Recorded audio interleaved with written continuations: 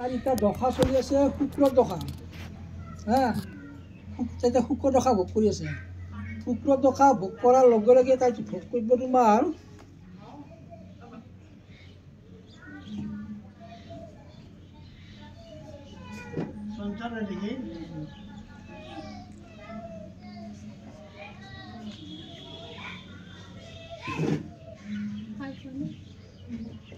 ছাব্বিছ নম্বৰ এই সুন্দৰ একদম পুৰা 20 বছৰলৈ নিকো শুক্ৰ দশা 20লৈ নিকো কি হৈ থাকিলে এইটো হা শুভ দশাটো শুক্ৰ দশাটো হ'ল শুভ দশা।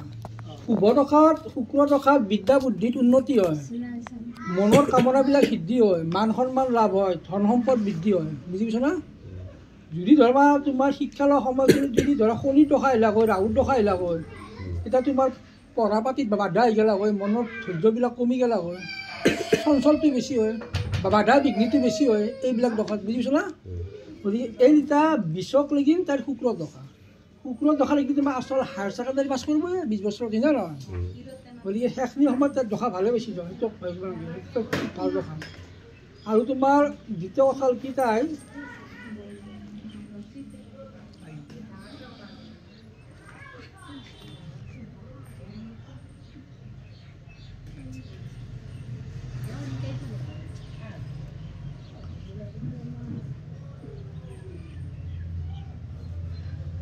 20 বছৰত অলপ তাইক গুৰুত্বটো দিব লাগিব।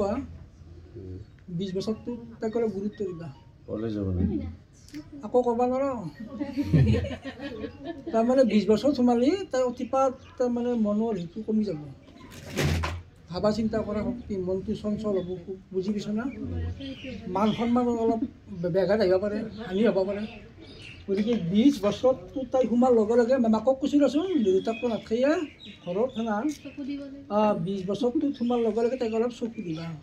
কাৰ লগত গেছি, ক'ত গেছি, ইমান টাইম সঁচা কথা কৈছি না মিছা কথা কৈছি, বা মই অমুক এইটো না অমুক কলেজত আজি অমুক হ'ল বহু গ'ল হয় না নহয়। গতিকে সঁচা কৈছি না মিছা কৈছি অলপ গুৰুত্ব দিব লাগিব 20 বছৰটো। আৰু এই 20 বছৰটো পাৰ হোৱাৰ পিছত তাই কথা নাই আৰু বুজিছ না? এই 20 বছৰত সোমালিয়ে তাই অলপমান খেলি মেলি হ'ব পাৰে, মনৰ হওক মান সন্মান হানি হ'ব পাৰে। বুজিছ না? এইটো তাৰপিছত তাই বিয়াটো হেৰি আছে যাওক, বিয়া সোনকাল নহয় যাওক, তাই 29ৰ আগত বিয়া নহয়। বুজি পাইছ না? নহয় বুঢ়া হ'লেও কথা নাই, কিছুমান ল'ৰা ছোৱালী শিক্ষাটো ল'লি, সংস্থাপন ল'লি, কম বয়সত বিয়া নহয়তো।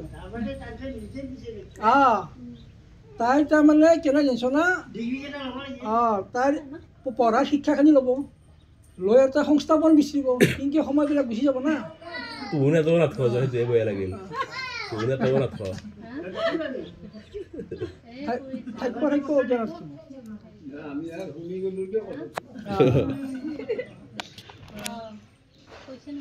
আৰু তোমাৰ স্বামী স্থান, তাই স্বামী স্থানো তাৰ বেয়া নহয়।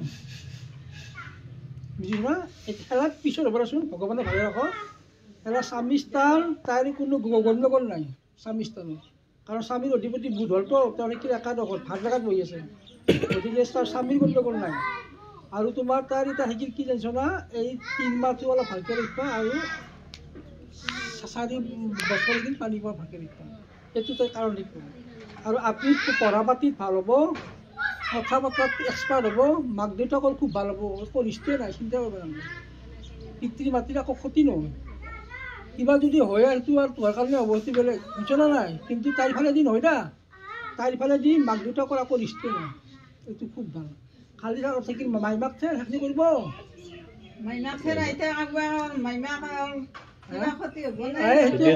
সেইটোৱে কৰোঁ মই।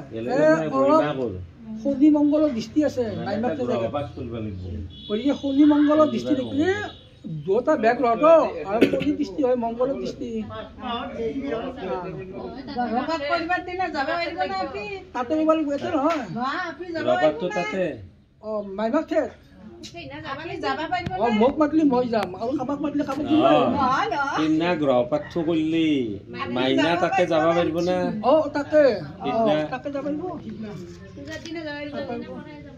পাৰিব, মই পূজাখিনি অলপমান আধামান কৰা হোৱাৰ পাছত তাৰপিছত গুচি গ'লে হ'ল।